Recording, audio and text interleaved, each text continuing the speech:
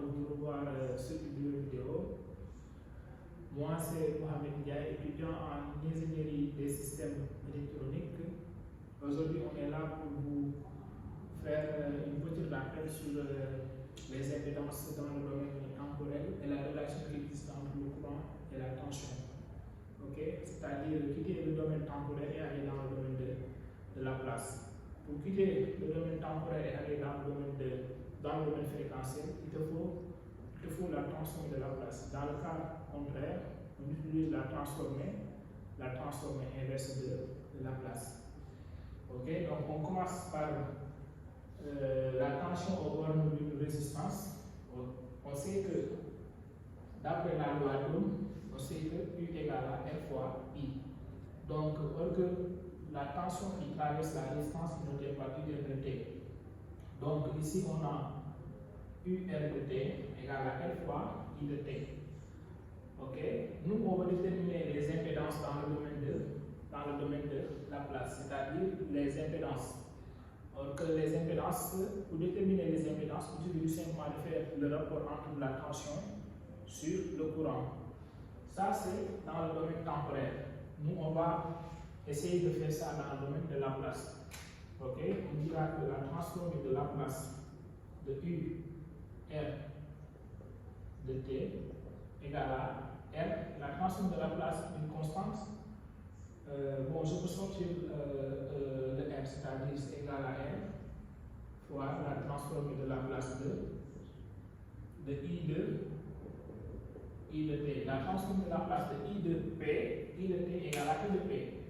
Donc cela va donner tout simplement U R de P égale à R fois I de P.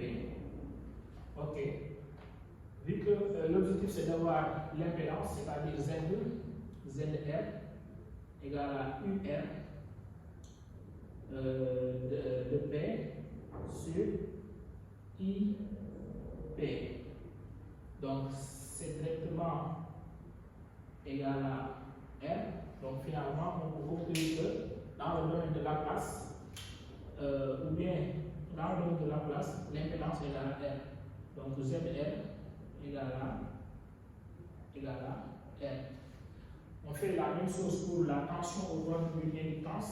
On sait que la bobine est traversée par un courant I de T. Okay? Ici, on a une tension UL de T, c'est la tension au bornes de la bobine. On sait aussi qu'il y a une relation qui existe entre le courant et la tension. On sait que UL de T égale à L de T de I de T. Il suffit tout simplement d'utiliser la transformée de la place, c'est-à-dire dériver de D de Y de D de I de T sur D de T. Donc je passe directement à la transformée de la place, donc c'est la transformée de la place de UL de T. Ça c'est une constante, donc c'est égal à L2. Directement je sors le L, c'est L2. Multiplié par la transformée de la place de D de I de T sur dt.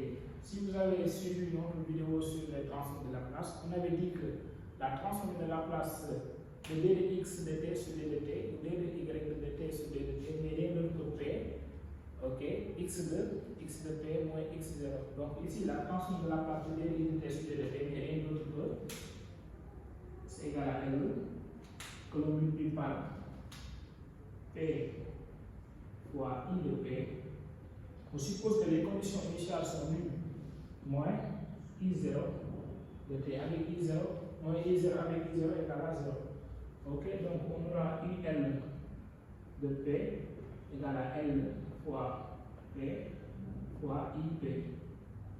Ok, donc on dira que ZL égale à UL de P sur I P n'est rien d'autre que L P. Ok, donc finalement c'est ça que nous avons pour l'impédance. Et pour la résistance, on fait la même chose. Donc je pars directement dans le domaine de la place, c'est-à-dire avec les tensions de la place, la tension de la place de I C de T. ok, c'est I minuscule, ok, C c'est une constante, je sors le C, la transforme de la place de D de UC de T sur D de T, ok. Ça, c'est la même chose que ça, c'est-à-dire la transforme de la place de D de C sur DT n'est rien d'autre que P, UC de P, vu que les conditions initiales sont libres. Parce qu'on suppose que le condensateur était, à l'état initial, le condensateur n'était pas chargé. Ok? Donc, on a I C de P égale à C P fois U C de P. Ok? On sait que l'impédance est donnée par le rapport entre la tension sur le courant. Donc, je veux dire, on aura Z de C égale à U C P sur I C P, ou bien I P, c'est la même chose. C'est égal à 1 sur C P. Finalement, c'est ça que nous avons terminé les impédances dans le domaine de la place, c'est-à-dire en quittant le domaine temporel et en allant dans le domaine fréquentiel. Bon, je disais tantôt, pour quitter le domaine temporel et aller dans le domaine fréquentiel, il faut la transforme de la place. Dans le cas contraire, on utilise les transformes inverses. Donc, on retiendra que l'impédance de Z de R dans le domaine de la place est égale à R, c'est-à-dire du moins de la tension aux bornes d'une résistance égale à R. L'impédance aux bornes de la tension aux bornes de l'inductance égale à LP. Et l'impédance de la tension aux bornes de condensateur est rien d'autre qu'un sur CP.